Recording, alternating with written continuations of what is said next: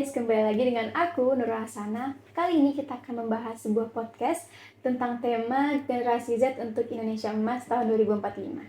Oke guys, pasti kalian pada tinggal sabar nih nungguin siapa sih narasumber kita kali ini. Yang pastinya narasumber kita kali ini itu orang yang hebat dan berwawasan luas. Kita sambut pada Kak Alfi. Halo. Alfi. Halo Kak Nurul. Nah, di sini kita udah datangan narasumber kita kali ini. Nah, kalian pasti belum pada kenal kan siapa sih dia? Sok Kak untuk memperkenalkan diri. Halo, nama aku Alfi Alasri Hidayat. Aku dari Universitas Indraprasta PGRI. Aku lulusan tahun 2019. Nah, dari jurusan Ilmu Pendidikan Sejarah. Oke, anak sejarah guys. Sejarah Ya. Indonesia ya Kak? Ya, sejarah semua. Sejarah dunia. Enggak, iya, betul. Nah Kak, sekarang itu kesibukannya apa aja sih Kak sekarang? Nah, dari lulus kemarin, baru lulus aku. Jadi aku sekarang lagi daftar-daftar. Lagi daftar-daftar aja, jadi belum ada pekerjaan ini sih. Oh, lagi daftar jadi lagi nunggu ya Kak? Lagi nunggu hasil. Oke, kita doain ya guys untuk Kak Alfi supaya lolos yang apa yang dia pilih. Amin. Oke Kak, di sini kita akan ada berbincang-bincang sedikit nih tentang generasi Z untuk Indonesia Emas tahun 2045 mendatang. Iya. Nah, menurut Kakak generasi Z itu apa sih? Oke, generasi Z itu adalah anak-anak yang lahir dari tahun 1997 sampai tahun 2012. Nah, jadi kalau kalian yang nonton itu lahir tahun-tahun sekitaran segitu, nah berarti kalian termasuk Gen Z tuh. Berarti kita ini adalah generasi Z. Iya, betul. Kita termasuk Gen Z nih. Oke, berarti teman-teman yang nonton juga merupakan generasi Z. Berarti generasi Z itu tahun 2012 ya akhiran? Ya, lahir dari tahun terakhirnya tahun 2012 ya. Gitu. Oke, untuk pertanyaan selanjutnya, generasi Z itu bisa apa aja sih Kak? Oke. Kalau dibilang generasi Z bisa apa? Untuk aku generasi Z misalnya banyak banget ya.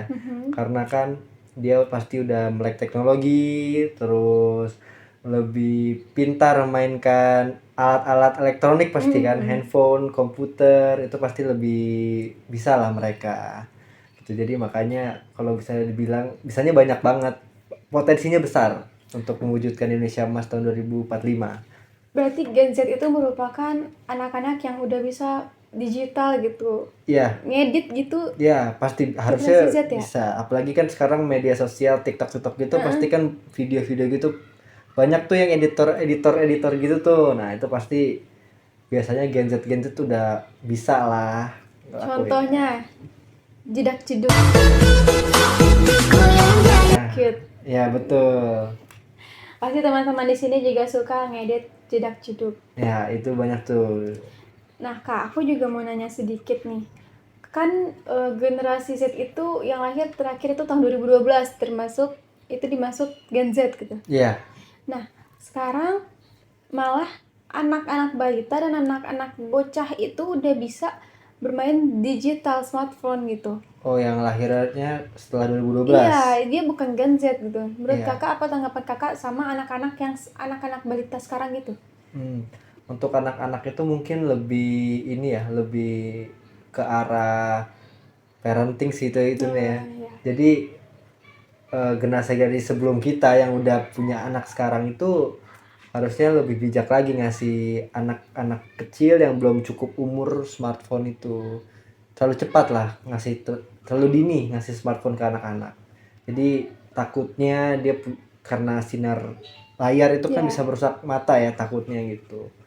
Jadi itu jadi pembelajaran juga buat Gen Z untuk jadi orang tua yang jauh lebih baik lagi.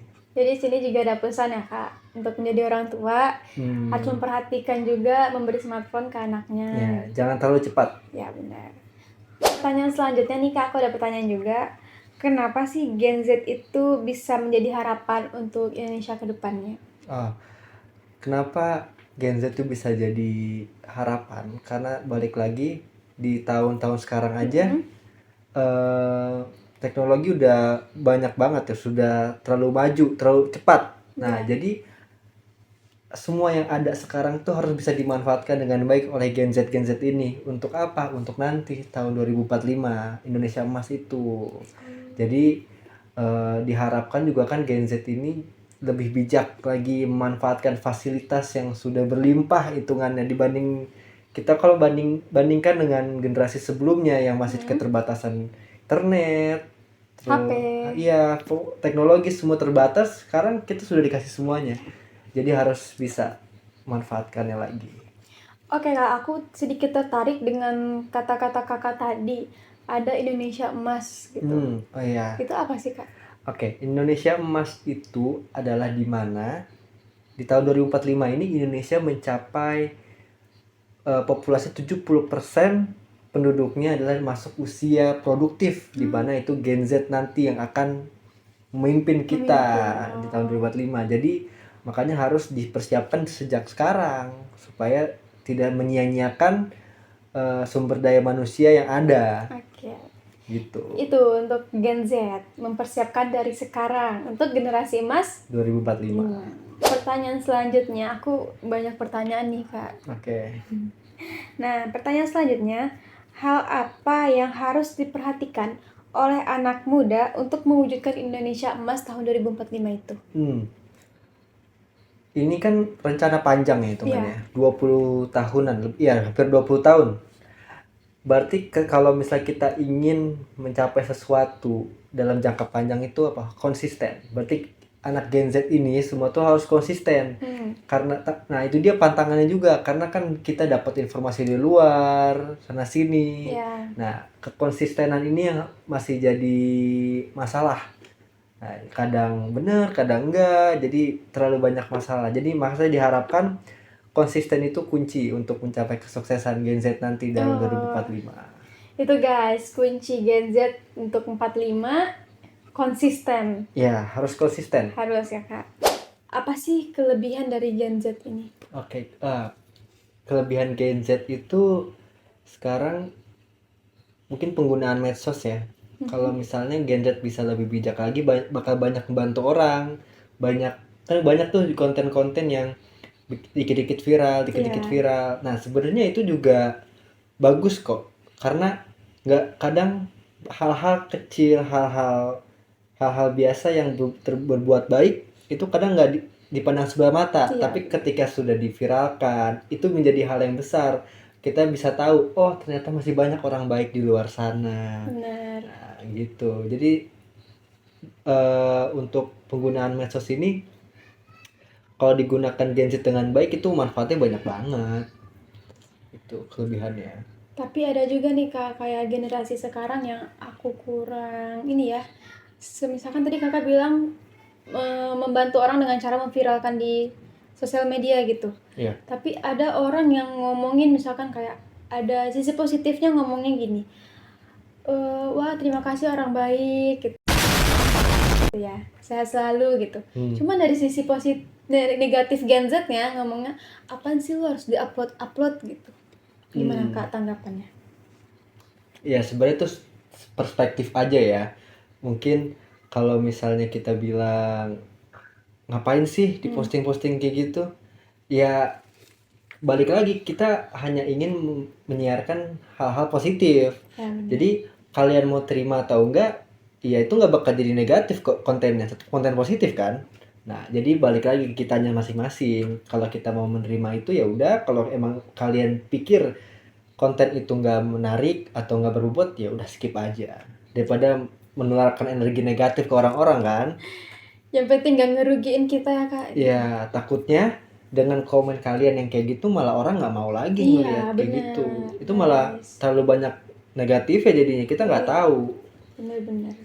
Apa sih tantangan generasi Z untuk Indonesia emas tahun 2045 nanti? Tantangan Gen Z itu menurutku mempertahankan budaya Indonesia sih susah itu. Karena kan masuknya informasi dari luar, budaya dari luar, itu yang ditakutkan adalah melupakan budaya kita sendiri.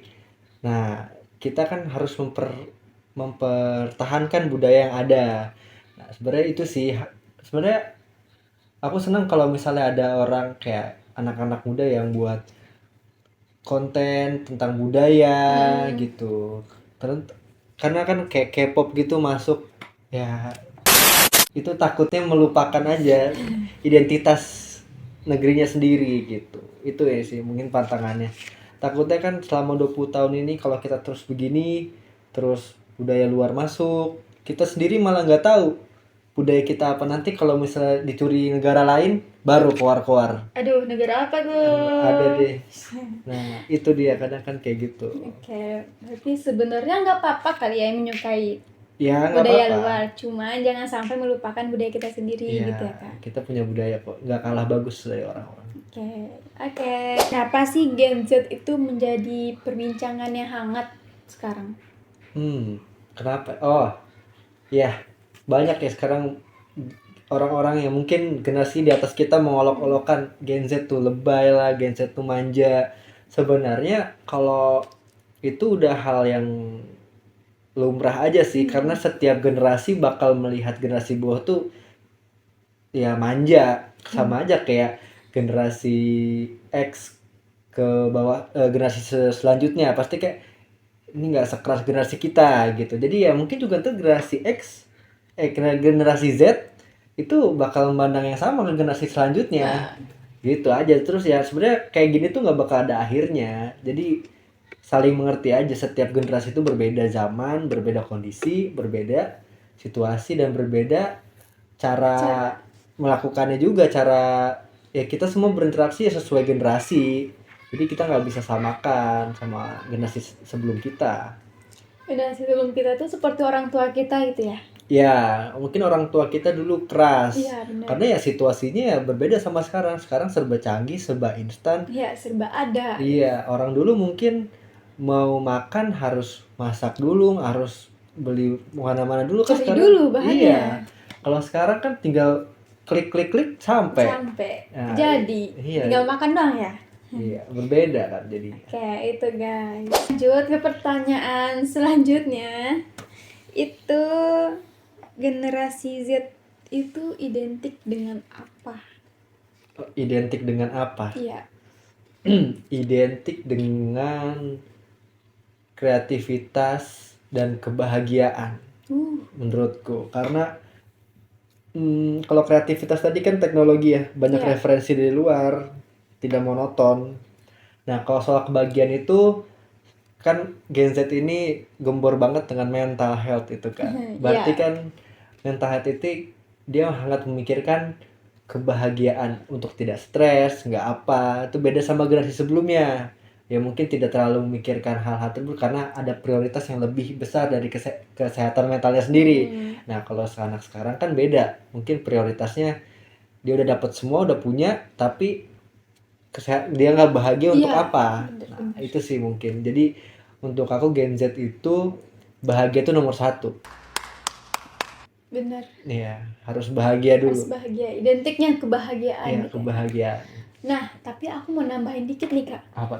Aku pernah dengar generasi Z itu identik dengan micin. Kakak tahu nggak artinya? Maksudnya apa? Serba instan ya? Bisa jadi juga serba instan. Itu micin itu bisa juga bumbu-bumbu masakan pada sekarang nggak sih? Oh iya, serba makanan-makanan siap saji ya? Siap saji, iya. Seperti apa? Seblak. Iya. Ya gitu-gitu. Kerak telur, bukan kerak telur. Makaroni. Makaroni telur. Iya, Nah, enak banget. Tapi emang generasi Z siapa sih yang nggak suka gitu ya? Iya, pasti ngerasain lah, tapi jangan banyak-banyak ya. Iya. Nah, kita lanjut ke pertanyaan selanjutnya. Masih banyak nih, jangan nangis dulu ya. Iya. Tenang aja. Bagaimana generasi Z mempengaruhi dunia kerja? Kalau di dunia kerja pasti zaman sekarang perusahaan-perusahaan bakal butuh banyak generasi Z ya. Ya pasti sih. Karena kan generasi Z bisa mengoperasikan komputer, nah aplikasi-aplikasi yang mungkin orang-orang yang sudah berumur mungkin nggak ngerti lah ya. Nah pasti kan butuh namanya editing, kita butuh penggunaan kayak Excel, itu kan pasti anak-anak sekarang bukan lebih ngerti, teman lebih cepat ngerti lah gitu. Terus juga dibantu dengan teknologi yang lebih mudah kan, contohnya kayak Excel. Dulu kan, sekarang dulu tuh mungkin kita harus ngetik satu-satu. Iya. Kalau sekarang tuh ada yang instan, ada yang diklik langsung. Rumusnya ya? Iya, rumusnya gitu. Jadi mempermudah juga gitu, dan mengoperasikannya itu juga kan orang-orang sebelumnya mungkin belum ngerti. Ngerti ya.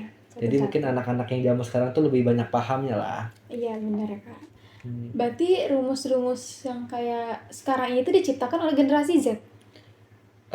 Bisa jadi juga diciptakan oleh generasi sebelumnya untuk memudahkan di generasi sekarang. Jadi sebenarnya setiap generasi itu saling menopang aja sih. Iya. Terima kasih generasi X. Apa saja sih permasalahan yang timbul pada generasi sekarang atau generasi Z? Kalau masalah dari generasi Z dari yang sekarang itu mungkin susahnya mereka tuh jauh-jauh dari handphonenya ya. Iya benar. Jadi kemana-mana megang HP tuh, mau makan aja tangannya harus megang HP. Berak aja megang HP ya guys, kalau nggak megang HP nggak keluar. Iya. Makan aja nunggu cari video dulu baru mulai makan kan kadang. Tersinggung. Itu juga kadang stres. Nah itu juga stresnya bisa juga terlalu banyak dari kita yang main media sosial, membanding-bandingkan, karena di media sosial kan terlihatnya bagus-bagus aja tuh.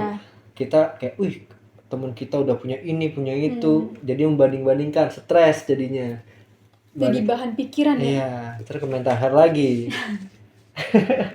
Oke, itu guys. Tadi tidak bisa jauh dari gadget gitu ya. Tapi itu benar banget sih. Dan diri aku sendiri juga ngerasa itu sangat susah Kak untuk ngejauh dari HP. Susah gitu. Emang sih aku juga gitu. Soalnya wajar generasi Z. Nah, soalnya info-info itu ada di HP.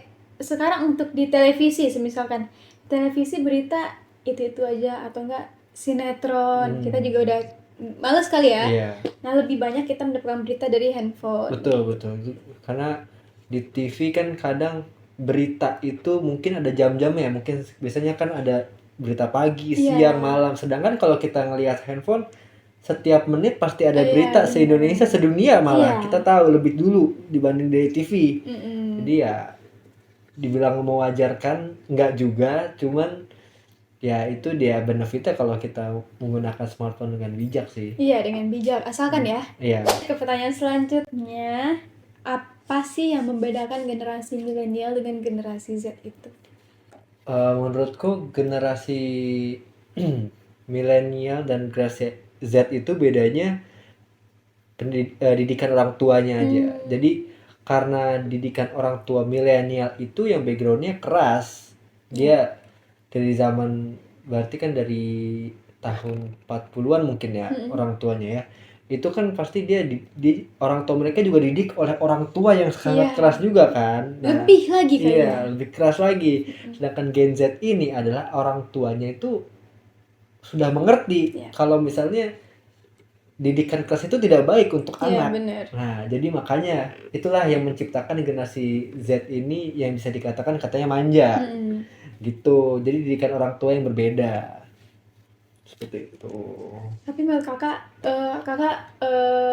mengiyakan nggak disebut manja gitu, generasi manja? Di generasi manja. Iya. Kalau kita pukul rata nggak adil juga ya. Sebenarnya banyak juga Gen Z yang sebenarnya juga kondisinya karena kondisi dia nggak disebut manja juga nggak bisa kan. Cuman kalau misalnya disebut manja, kita punya fasilitas yang ada. Kenapa nggak digunain? Kalau misalnya kita manja banget ke situ doang naik motor, ke situ doang GoFood, ya kita punya untuk apa? Gitu kan sebenarnya. Kita punya fasilitas itu, ya kita harus gunain aja karena kita punya gitu. Pertanyaan terakhir, last question. Sebenarnya berat banget sih Kak ini pertanyaan terakhir. Aduh, apa tuh? Apakah generasi Z bisa menjadi pemimpin di Indonesia emas tahun 2045 mendatang? Oh, tentu bisa sih ya. Karena udah banyak kok Gen Z yang udah bisa buka usaha sendiri gitu kan. Karena itu sih sebenarnya dibutuhkan Indonesia itu pengusaha-pengusaha muda yang dari Indonesia asli gitu kan. Karena banyak pengusaha-pengusaha Indonesia yang menguasai pasaran itu dari luar malah kan. Gitu. Jadi potensinya itu ada untuk memimpin, karena untuk memimpin perusahaan kan harus punya jiwa kepemimpinan. Kepemimpinan. Nah, itu modal yang bagus untuk memimpin negara ya, untuk nanti. Oke. Itu. Kayak itu berarti bisa gitu ya Kak, percaya gitu ya. Bisa percaya. Pasti bisa. Karena generasi Z sekarang sudah mampu gitu ya Kak. Ya. Lebih lah gitu ya. Kemampuannya. Ya diharapkan juga kan generasi Z ini bisa melebihi generasi sebelumnya. Dan harus sebenarnya dengan fasilitas yang ada. Iya, harus dong. lebih baik. Enggak. Tapi aku juga yakin dan percaya generasi kita saat ini juga banyak orang-orang yang hebat dan bisa memimpin negara kita kan. Banyak lah, potensinya besar generasi Z ini. Walaupun banyak cemoohan dari generasi sebelumnya karena kita manja, tapi kita harus buktiin kalau kita bisa. Iya, kita pasti bisa guys. Nah, terima kasih banyak Kak atas jawaban dari tadi nih yang cukup mendalam dan menarik banget ya yang kita bahas kali ini. Generasi Z yaitu generasi kita untuk Indonesia Emas tahun 2045. Oke Kak, sekarang cukup menarik banget materi kita kali ini, itu membahas tentang Gen Z untuk Indonesia Emas tahun 2045. Nah, pembahasan kita kali ini cukup panjang juga ya Kak.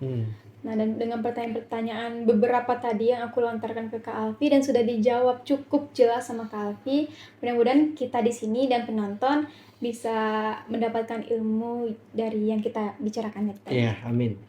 Oke Kak Alfi, terima kasih atas waktunya dan jawabannya dari tadi. Kita kasih aplaus untuk Kak Alfi. Jangan bosan-bosan kesini lagi ya Kak. Iya, tetap kesini lagi kok. Ya, nanti kita akan membahas sesuatu yang viral atau yang apa ya, yang seru lah pokoknya. Oke teman-teman, kita berdua pamit undur diri, stay healthy dan selalu menjadi orang yang berguna. Dadah. Dadah.